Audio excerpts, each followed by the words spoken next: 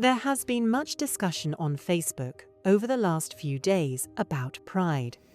Pride in where we live, pride in our streets, pride in taking responsibility for our community and clearing the weeds outside our homes.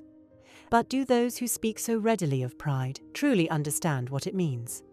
Because pride is not just about appearances. Pride stands alongside civility, respect, decency, and the way we treat one another when we disagree. One resident has once again chosen to challenge a decision made by the council. The council is a corporate body made up of elected representatives. His challenge is not directed at any individual councillor. It is not personal.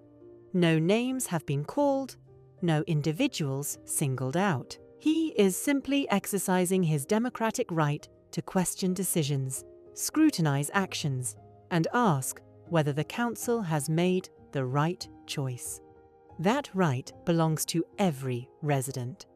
But how has this supposedly proud community responded? Not always by debating the issue, not always by discussing the evidence. Too often, the focus has shifted from the decision itself to the person raising concerns. His character has been questioned. His motives have been challenged. His integrity has been doubted. He has even been described by some as the most hated person in the town. We should all ask ourselves, is that pride? Whether you agree with him or not, nobody should fear speaking up because of how they might be treated afterwards. I would argue he speaks for many people who choose not to speak publicly, not because they have no opinion, but because they have seen what can happen when someone does. He has faced criticism, hostility, and, on occasion, behavior that has crossed the line of what any decent community should accept. Is that something to be proud of? This is a resident who has challenged spending decisions, questioned procedures, highlighted concerns about financial governance, proposed savings, sought to protect community assets, and advocated for causes he believes benefit the town. He has put forward ideas, challenged decisions. You may agree with him. You may disagree with him. That is not the point. The point is that disagreement should be met with argument, not animosity. Debate, not personal attacks.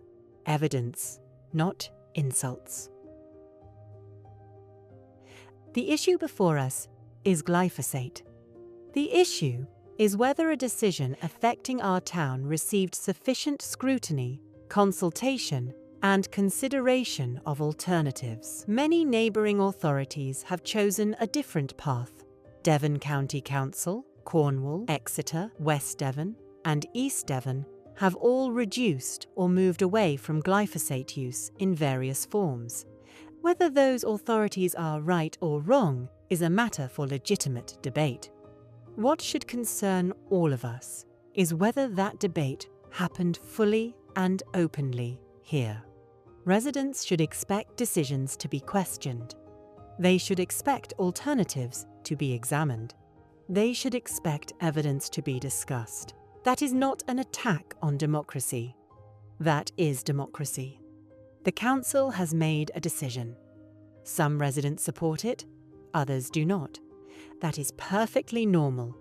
What should not be normal is attacking individuals simply because they have chosen to challenge that decision. The council as a body is not being personally vilified.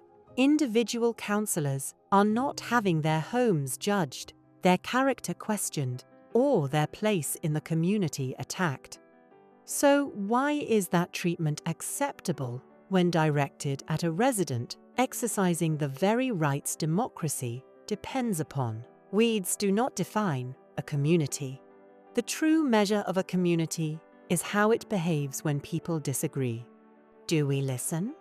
Do we engage? Do we respect one another's right to speak? Do we welcome scrutiny, even when it is uncomfortable?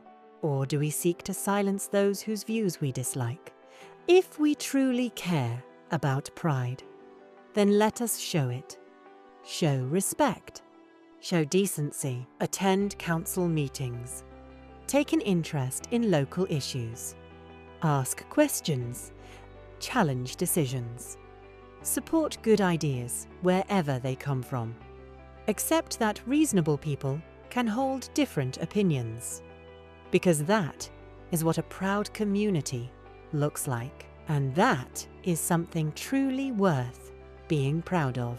A town should never fear weeds.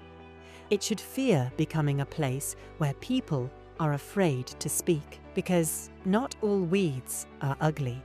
And sometimes the people we are quickest to dismiss are the very people willing to stand up when others remain silent.